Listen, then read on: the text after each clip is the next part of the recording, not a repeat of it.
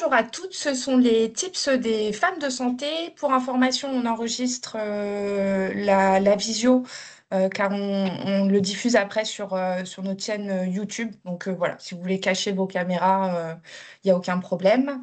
Je commence juste sur les petites actus du collectif. On lance dès janvier un groupe de travail mensuel tous les 10 de chaque mois entre midi et 14 heures sur la mésinformation et la désinformation dans le secteur de la santé.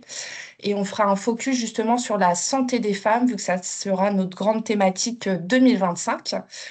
Donc tous les 10 du mois, et c'est organisé par Femmes de Santé, et c'est Catherine Bertrand-Ferrandis qui anime ce groupe de travail. On a aussi sur 2025 la reprise des cafés gourmands. Le premier café gourmand, il aura lieu le 23 janvier et ça sera sur la dépression du postpartum, donc de 12h30 à 14 heures, soit en présentiel, soit en visioconférence. On fait les deux. Et le prochain TIPS aura lieu le 16 janvier avec Dominique Sidbert, qui, elle, va nous donner des tips pour bien animer un webinaire. Du coup, je vais céder la parole à Manon. Juste avant, je vais te présenter Manon. Manon, elle a passé 2 ans dans un cabinet de conseil en data et marketing, où elle conseillait les grands groupes pour orchestrer les stratégies de communication et marketing. Et maintenant, elle est Chief Acceleration and Customer Excellence Officer Mhm. chez Squeezie. J'espère que mon anglais est plutôt bon. Donc Squeezie, c'est une startup qui est spécialiste des e-cohorts et de la collecte de données, que ce soit issu des patients, des aidants et des soignants. Et voilà, Manon, elle disait qu'elle était passionnée par tout ce qui était nouvelles technologies et santé, et aussi passionnée d'art, parce qu'elle a fait une licence d'histoire de l'art au Louvre. Donc Manon, je te cède la parole. Merci beaucoup pour ce tips. Avec grand plaisir. Juste petite rectification, c'est Skeezy. Ce qu'elle dit, Ouais, excuse-moi. parce que Squeezie, c'est un YouTuber, donc la confusion parfois peut être assez fine. Merci déjà pour ce tip. Ce tip, il a déjà été créé lors d'un after work. On a commencé déjà à discuter de ces problématiques-là. Donc, je vais plutôt vite fait reprendre un peu les concepts de ce qu'est une donnée et qu'est-ce qu'une donnée personnelle. Donc, en fait, une donnée, ça peut être une multitude de choses. Il y a plusieurs chercheurs qui ont attribué déjà une définition. Donc, les données, c'est souvent des données, donc des informations brutes qui vont être sur différents axes. Donc là, vous voyez, il y a une pyramide sur ce qu'est une data. On entend aussi souvent le mot data, surtout en santé. Donc, on va avoir sur de l'information, sur de la connaissance. Et après, il a été un petit peu plus loin pour dire aussi que le concept de la donnée, c'était la sagesse. Et les données personnelles, ça peut être tout type de choses. Et je pense que vous avez potentiellement déjà entendu ce mot-là entre données sensibles, données personnelles, données de santé. Et en fait, toutes ces données-là, elles rentrent dans la catégorie d'une donnée sensible. Donc la donnée personnelle, ça peut être le lieu, la date de naissance, le nom, le prénom, l'adresse, la carte bancaire, numéro de téléphone. Voilà, une multitude d'indicateurs, même vos photos de profil sur les réseaux sociaux, ce sont des données. Ces données, elles sont personnelles, elles doivent être sécurisées. Et du coup, on est là pour justement voir ensemble comment on pourrait, dans un idéal, dans un monde merveilleux, pouvoir les sécuriser au maximum. Mais avant ça, pour pouvoir justement sécuriser tout ça, il faut savoir qui prend ces données-là et qui les collecte. Donc, ça peut être tout type. Donc là, je vous ai mis quelques infographies que j'ai trouvées assez intéressantes sur qui, en 2021, alors c'est pas hyper actualisé, mais ça montre déjà la quantité de données qui sont collectées. Majoritairement, on va avoir les réseaux sociaux. Je pense qu'on a tous ou toutes déjà créé un compte sur les réseaux sociaux. Là, typiquement, on rentre adresse mail, nom, prénom. Parfois, ils nous demandent notre date d'anniversaire, ce qui est souvent le cas même. On va mettre une photo de profil, etc. Et là, déjà, on est sur une quantité de données pour justement la création d'un profil sur les réseaux sociaux. Après, on va avoir notre téléphone, peut-être un iPhone ou autre, qui va du coup demander aussi une adresse mail et avoir aussi des données sur le type typiquement d'application qu'on télécharge, Instagram, etc. Donc, on va avoir les boîtes mail. Donc, il y a différents types de boîtes mail aussi. Si on prend par exemple une Gmail, là, il y a une multitude de données qui sont collectées, même des habitudes un petit peu plus spécifiques de ce que vous regardez de manière intensément avec, vous regardez vraiment le mail longtemps, VS celui que vous n'ouvrez pas et que vous mettez directement dans votre corbeille. Ça va être des habitudes et il va savoir exactement comment ou mettre ce type de mail. Donc, il va le mettre typiquement directement dans les spams. Vous voyez, c'est assez affligeant quand même de voir la quantité de données qu'on peut collecter. Et en fait, il y a plusieurs outils pour les collecter. Donc, on peut faire, souvent, on fait de l'observation. Donc, on regarde, on observe les gens, comment ils se comportent. Après, ça peut être lors d'entrevues pour justement collecter des données lors de discussions de groupe. On va avoir des suivis de transactions quand vous allez payer dans un magasin, fournir une carte de fidélité. Là, on va collecter des données.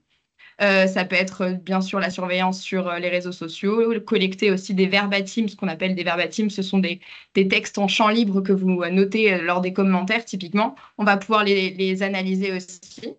Liés aussi à votre compte, votre profil, etc. On va pouvoir faire du suivi en ligne et je vais vous montrer un peu le background de comment ça se gère le suivi en ligne. On va pouvoir vous fournir des enquêtes en ligne via des questionnaires et les formulaires que vous avez parfois. Vous prenez un avion avec Air France, on vous envoie aussi un Net Promoter Score avec quelques étoiles. On collecte les données de satisfaction que vous avez générées. On va savoir exactement sur quel vol vous avez pris, quelle date et quelle fréquence aussi les vols sont dans votre quotidien. Donc en fait, on va avoir une multitude de données qui vont être collectées et on va pouvoir justement les jumeler et avoir vraiment l'analyse persona de vous et savoir où vous mangez, ce que vous achetez, si vous avez un chien, parce qu'on va voir du coup avec les suivis de transactions si vous achetez des croquettes pour chien. Donc on va arriver quand même à un type de données très touchy et parfois c'est des outils qui sont utilisés qui sont ce qu'on va appeler GAFAM, ce qui fait que du coup ces données ne vous appartiennent plus dès le principe où vous avez coché des cases et rentrer des données personnelles. Donc là, je reprends un petit peu ce qui est une donnée personnelle, mais c'est vraiment ces données personnelles, elles permettent de retracer vraiment qui vous êtes et vos habitudes consommateurs dans votre vie, dans vos habitudes. Et ça va. Après, on va pas savoir exactement. Et c'est pas l'idée, c'est pas vraiment d'avoir votre prénom, votre nom, mais c'est vraiment d'avoir dans sa globalité ce que vous faites de votre vie. Et pour l'anecdote, moi, j'étais encore en poste dans un cabinet du coup de collecte de data lors du confinement et lors du confinement, on était bien sûr tous enfermés chez nous et on arrivait à avoir beaucoup plus de données sur vraiment l'adresse vraiment de chaque personne, puisque on savait que les transactions bancaires, elles étaient dans le même franc prix, puisque on n'avait pas la possibilité d'aller autre part que dans le rayon de notre habitation.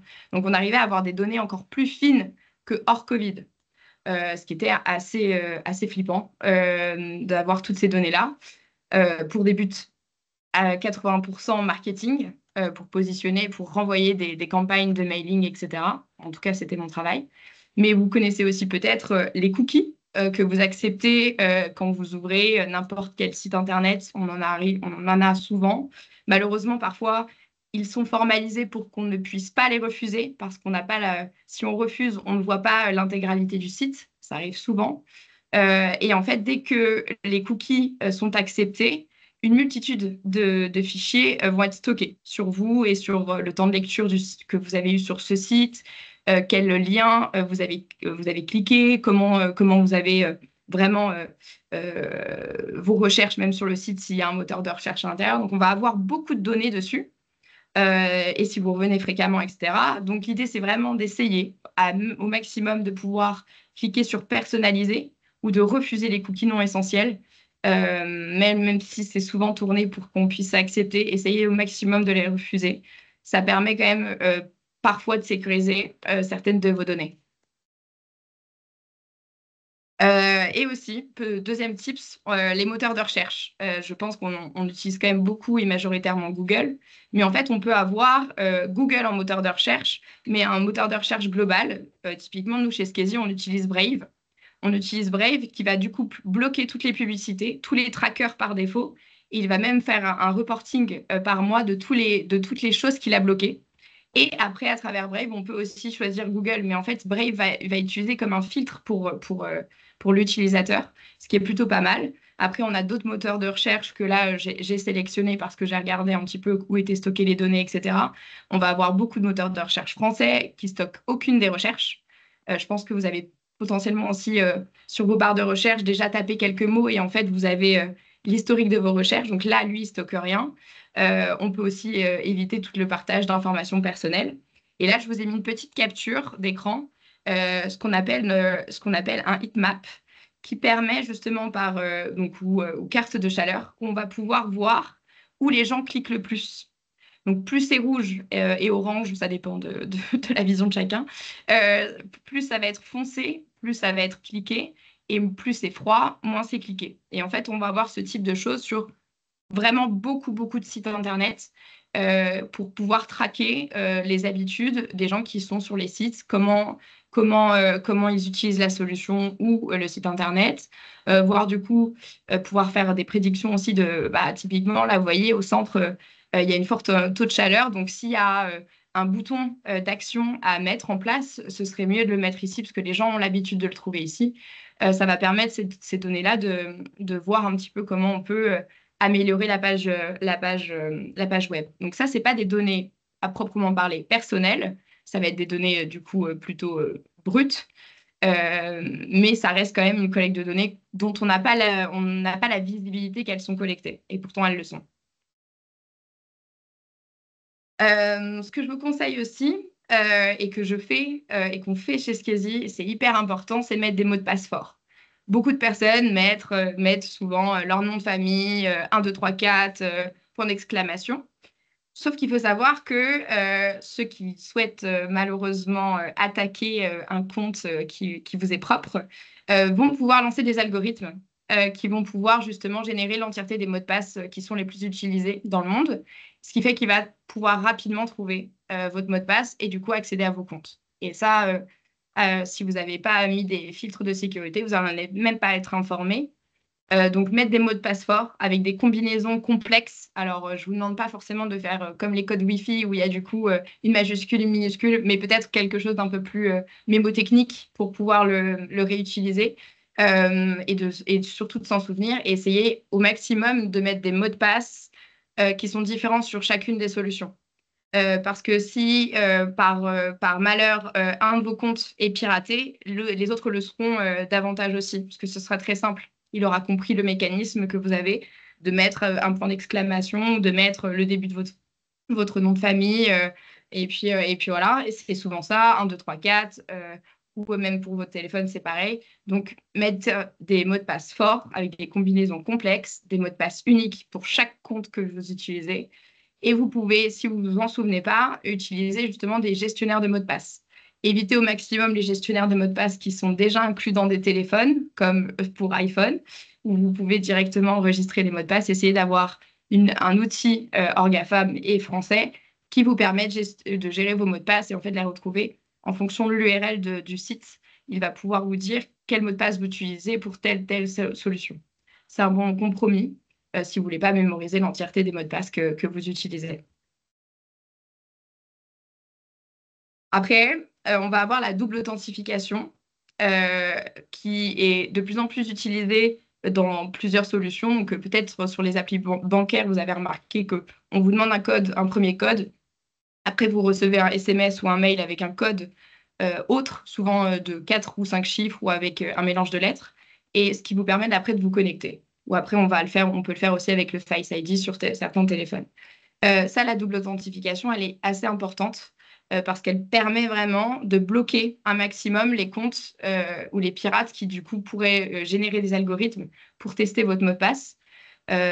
Donc, c'est de plus en plus utilisé et beaucoup de solutions commencent à le mettre en place avec les normes ISO de sécurité qui demandent de plus en plus de le mettre en place. Sur les solutions de santé, c'est maintenant presque obligatoire.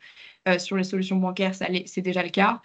Pour des autres, comme, je ne sais pas, ça peut être n'importe quoi, votre adresse mail, votre boîte mail, etc.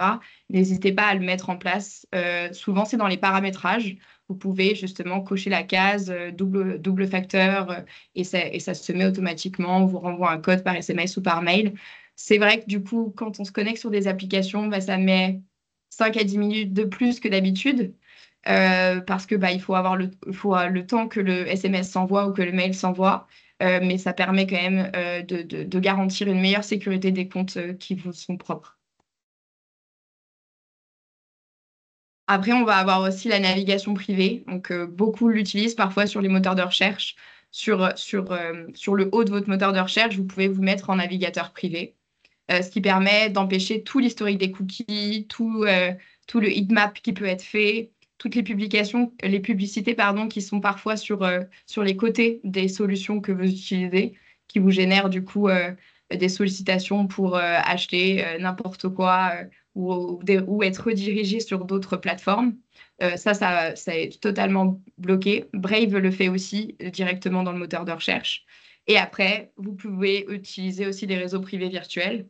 Il y en a une multitude qui fonctionnent. Et du coup, là, c'est intraçable. On ne peut pas savoir où vous êtes. Bon, il y en a des petits malins qui l'utilisent aussi pour avoir plusieurs comptes Netflix. Mais du coup, la preuve étant que ça fonctionne plutôt bien. Et vraiment, les avantages, ça va être une meilleure sécurité et garantir au maximum et limiter le tracking de vos utilisations sur les solutions. Donc, si on avait à agir demain, ce serait changer de moteur de recherche. Step one, c'était de changer le moteur de recherche. Vous vérifiez les paramètres des cookies, sécurisez au maximum vos mots de passe, vous changez vos mots de passe. Je sais que ça peut être embêtant parce que beaucoup de solutions utilisent des mots de passe et c'est mieux, mais changez, mettez des mots de passe forts, uniques à chaque solution, utilisez la double authentification au maximum. Vous pouvez aussi donc utiliser sur des moteurs de recherche la navigation pour protéger vos données. Faites des mises à jour régulières de vos logiciels, c'est important aussi. Et faire attention au phishing. Le phishing, c'est souvent ce qu'on va recevoir par SMS ou par mail. Il y en a beaucoup par SMS pour l'assurance maladie. On vous demande typiquement de rentrer des données. Là, souvent, c'est des 06, donc c'est impossible que ce soit la sécurité maladie. Mais vous pouvez par contre regarder aussi dans les mails l'adresse mail qui est envoyée. Souvent, c'est des adresses mail fictives. Si on vous renvoie à un site, premier tips qu'il faut faire, c'est descendre dans le bas du site. Vous allez voir, vous allez souvent avoir les CGU, donc les conditions générales d'utilisation ou les CGS, conditions générales de service. Si ça, c'est pas cliquable, c'est que c'est pas un site. Donc, il y en a beaucoup qui utilisent des faux sites pour justement recueillir des données. Ça, c'est typiquement du phishing. Donc, faire attention au maximum à tout ça et protéger vos communications et tous les réseaux sociaux que vous utilisez. WhatsApp pour les messageries sécurisées aussi parce que tout peut être collecté sur plein de plateformes. Toutes les discussions que vous avez aussi sur les réseaux sociaux, faites attention parce que tout ça peut être collecté très rapidement et surtout associé à votre profil parce qu'on a des données de localisation parce que sur la biographie, on a mis qu'on est localisé à Paris, vous voyez. Donc, il y a beaucoup de données qui sont collectées. Individuellement, elles n'ont pas grand intérêt, mais malheureusement, toutes les solutions font que on multiplie les données qu'on va associer à notre compte. On va avoir notre adresse mail, notre prénom, notre nom, notre photo, et en fait, toutes ces données associées, bah, elles ont un grand intérêt. Et c'est ça qui fait la chose la plus grave, en fait. Donc voilà pour mes tips que moi j'utilise. Je vous garantis, ça fonctionne. Et pour justement vous puissiez vous acculturer, je vous ai généré un petit questionnaire qui est Orgafam. On ne vous traquera pas sur le questionnaire. Donc n'hésitez pas à le flasher ou à le flasher tout de suite ou faire la capture d'écran. C'est un questionnaire qui est sur 12 questions de souvenirs où j'ai du coup posé des questions un petit peu pour vous acculturer à toutes les briefs de sécurité qui pourraient être mis en place. Et comme ça vous permet d'avoir encore plus de tips que ceux que je viens de présenter. Voilà, merci beaucoup. Merci Manon.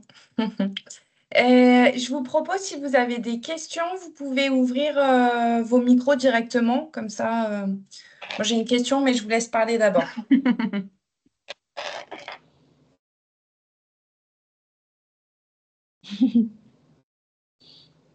Est-ce que vous avez des questions? Euh, moi j'en ai pas des questions, mais merci pour le topo. Je pense que le plus difficile, ça serait effectivement de changer tous les mots de passe. C'est pour ça que Ouais. j'accentue là-dessus. On sait que c'est compliqué. Mais pourtant, c'est hyper important parce qu'on a accès à beaucoup de choses avec un mot de passe. Oui, j'imagine. Mais, ouais. Et du coup, ça rejoint un peu ma question. Qu'est-ce que tu penses du coup des mots de passe qui sont générés automatiquement à ne Bah, pas utiliser ou à utiliser alors, ça dépend de l'application qui te le génère.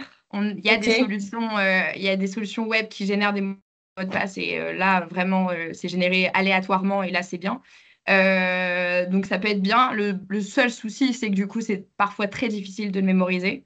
Mm. Donc, on va refaire un mot de passe oublié et là, après, c'est compliqué de le retrouver.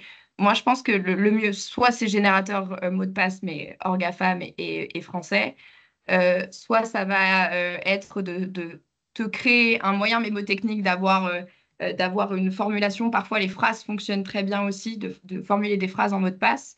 Ça peut être bien de le faire comme ça, toi, tu t'en souviens plus facilement. Donc, en fait, ça dépend. Évitez par contre les générateurs de mots de passe qui sont faits par Apple quand tu cliques sur un Ok. champ, c'est pour pas les citer. Mais voilà, faut éviter ça. Ok, ça marche. Est-ce que vous avez d'autres questions? Katharina, peut-être? Alors, Alexandra n'arrive plus à se reconnecter. Ah, c'est bon, si. Alexandra, tu avais des questions? Oui, j'en ai une. C'est surtout de comprendre les enjeux et nous donner des exemples des risques qu'on prend à pas faire tout ça. Alors, les risques, elles vont être assez multiples. Soit dans des risques assez faibles, ça va être, tu vas être juste spammé de campagnes marketing très ciblées sur ton comportement consommateur, ce qui va être quand même un peu dérangeant. Si on rentre dans des données très, très personnelles, elles peuvent être vendues. Elles peuvent être vendues pour des fins qui peuvent être multiples. Et après, ça va être ça l'enjeu. Et après, c'est les proportions de la revente qui va être faite. Pour certains, après, je pense que vous avez tous en tête, certains hôpitaux se sont fait voler des données. Donc là, on n'est plus sur des données personnelles, on est même sur des données de santé. Et là, l'enjeu, il va être de la revente sur le dark web ou ce type de choses. Donc là, on va avoir une multitude de données sur toi et ton état de santé. Donc, c'est très dangereux, toutes ces choses-là. Les données personnelles peuvent l'être aussi. Et après, il y a en fait, surtout sur du GAFAM, en fait, tu n'es plus propriétaire des données que tu as données. Et après, le tribunal aux États-Unis peut dire je récupère telle donnée. Et en fait, là, elles t'appartiennent plus du tout. Donc, il y a le Patriot Act et le Cloud Act qui font, qui sont des articles justement pour approuver ces choses-là, même si l'hébergeur est français mais hébergé aux États-Unis. Donc, il y a beaucoup de choses qui sont à prendre en compte et en fait, les fins peuvent être multiples.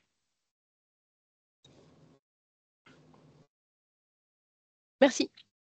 Avec plaisir. Est-ce qu'il y a une dernière question? Bon, bah. De toute façon, Manon, je pourrais envoyer ta présentation. Comme Oui, ça, vous avez les contacts aussi de Manon si jamais vous avez des questions après pas de souci. ou des remarques. Merci beaucoup, Manon, Avec pour grand ce plaisir. tips. Et vous pourrez le retrouver du coup en replay après sur la chaîne YouTube Femmes de Santé. Merci beaucoup. Merci, Merci. mesdames. Bon Bonne journée. après-midi. Merci Au beaucoup. revoir. Au Merci revoir. beaucoup. Au revoir. Au revoir.